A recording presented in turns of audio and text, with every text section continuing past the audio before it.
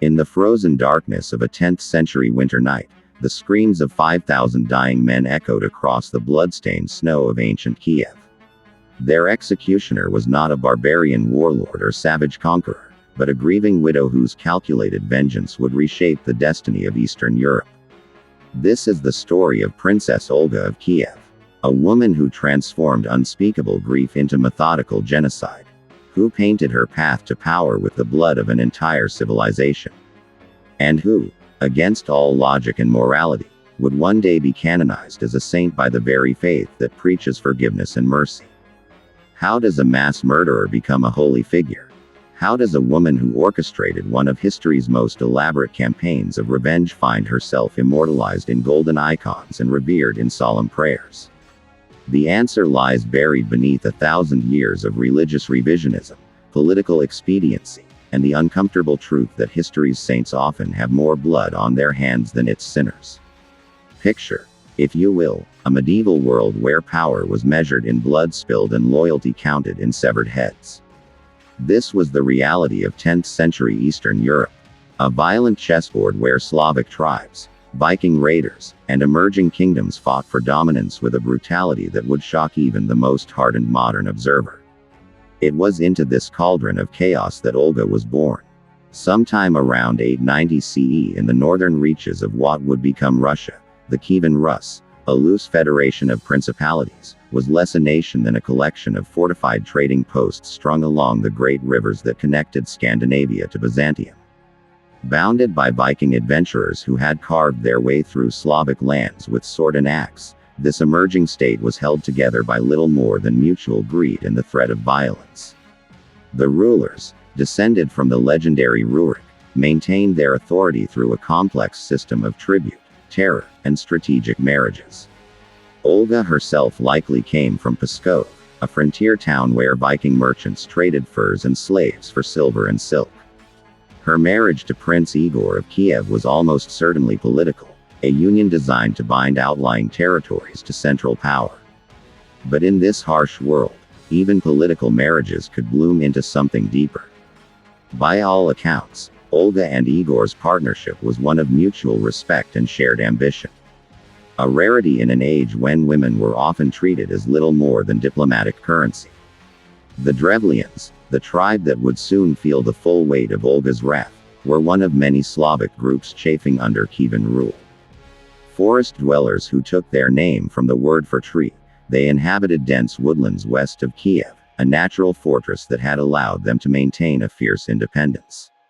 They paid tribute to Kiev, grudgingly, always testing the limits of their submission. It was this perpetual tension that set the stage for the tragedy that would transform Olga from princess to predator. In 945 CE, Prince Igor made a fatal miscalculation. Having collected the annual tribute from the Drevlians, he decided to return for a second helping. A breach of custom that the proud forest people could not tolerate. What followed would ignite one of history's most terrifying revenge sagas. The murder of Prince Igor was not merely an execution. It was a statement written in agony.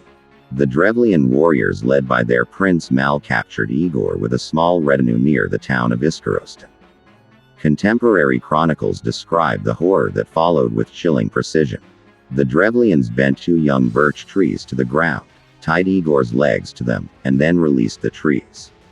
The prince was literally torn in half, his screams echoing through the forest as his body was ripped apart in a shower of blood and viscera. The manner of death conveyed a symbolic message. By using living trees as instruments of execution, the Drevlians were asserting their connection to the forest, their independence, and their contempt for Kievan authority. They failed to calculate the nature of the woman they had just widowed. Olga received the news of her husband's death with an icy calm that unnerved even her own court. She did not weep, did not rage, did not tear her clothes in the traditional display of grief. Instead, she retreated into her chambers and emerged with a face carved from stone and eyes that promised horrors beyond imagination. The Drevlians, drunk on their victory, made their second fatal error. They sent emissaries to Kiev, proposing that Olga marry Prince Mal, thus uniting their tribes under Drevlian leadership. The first delegation of 20 Drevlians arrived in Kiev by boat. Olga received them with apparent honor, suggesting they remain in their boat while she prepared a proper welcome. That night, her servants dug a deep pit in the courtyard. The next morning, the Drevlians were carried in their boat, still believing themselves honored guests, and dropped into the pit.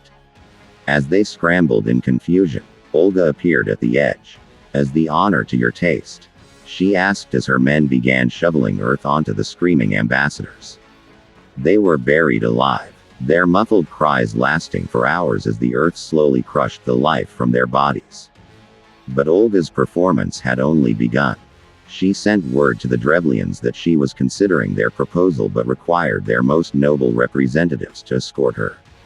When this second delegation arrived, the cream of Drevlian aristocracy, Olga offered them the use of her private bathhouse to refresh themselves. Once they were inside, her men barred the doors and set the building ablaze.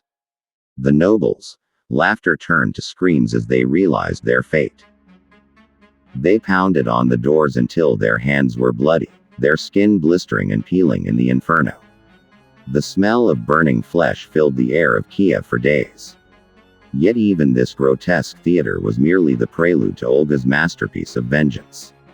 She sent another message to the Drevlians, informing them that she would come to their lands to hold a funeral feast for her husband. The Drevlians, perhaps believing the worst was over, agreed. Olga arrived at Iskorostan with a small retinue, playing the part of the grieving widow. She wept at her husband's tomb, tore her hair, and wailed with such sincerity that even the Drevlians were moved. Then she invited them to the funeral feast. As the mead flowed and the Drevlians celebrated, Olga's soldiers prepared for slaughter. When the Drevlians were deep in their cups, Olga gave the signal. Her warriors fell upon the drunken revelers with sword and axe. The chronicles claim 5,000 Drevlians died that night. What is certain is that the flower of Drevlian nobility was cut down in a matter of hours. Even after this massacre, Olga's thirst for vengeance remained unquenched. She returned with a full army to lay siege to Iskorostan, the Drevlian capital. For a full year, the city held out. Finally, Olga resorted to one last deception. She sent messengers to the defenders, claiming she had grown weary of the siege and would accept a token tribute, 3 pigeons and 3 sparrows from each household. The Drevlians, scarce believing their luck, quickly gathered the birds. That night, Olga's soldiers tied small pieces of sulfur wrapped in cloth to each bird's leg. When released, the birds flew home to their nests. As they settled, the slow-burning sulfur ignited. The city became an inferno. Fire raced from building to building. Those who fled were cut down. Those who remained died in the flames. By morning, Iskorostan was a smoldering ruin, its population dead or enslaved. The Drevlians ceased to exist as a distinct people. Olga had not merely defeated them. She had erased them. She divided their lands, sold survivors into slavery, and imposed crushing tributes. Where once a proud people lived, now only ash remained. But history, as it often does, had a bitter irony in store. The woman who orchestrated this carnival of cruelty would undergo a transformation so complete it defies easy explanation. In 955 or 957 CE, Olga traveled to Constantinople. There, she was baptized into Christianity, taking the name Helena. Sources differ on her motivations. Some say she was dazzled by Byzantine theology. Others suggest it was a calculated political move. Still others propose a personal transformation. Whatever the reason, Olga threw herself into her new faith. She built churches, sponsored missionaries, and ruled Kiev with wisdom. She tried to convert her son, Sviatoslav, but failed. He remained a proud pagan. When Olga died around 969 CE, she was mourned as a wise ruler and devout Christian. Her grandson Vladimir the Great would later convert the entire Kievan Rus. As the faith took root, Olga's story was reshaped. The massacres became justice. The deceptions became strategy. The woman who buried men alive became a saint. By the 13th century, Olga was canonized by the Orthodox Church. She was given the title equal to the apostles. Icons depicted her as serene and holy. The blood was washed clean by religious necessity. Today, Saint Olga is venerated across Eastern Europe. Churches bear her name. Her feast day, July 11th, is celebrated with prayers. Yet this transformation raises questions. Can a mass murderer become a saint? Does conversion erase the blood? Olga's canonization served politics more than piety. Every nation needs heroes. Historical memory is selective. Olga the murderer is forgotten. Olga the saint is remembered.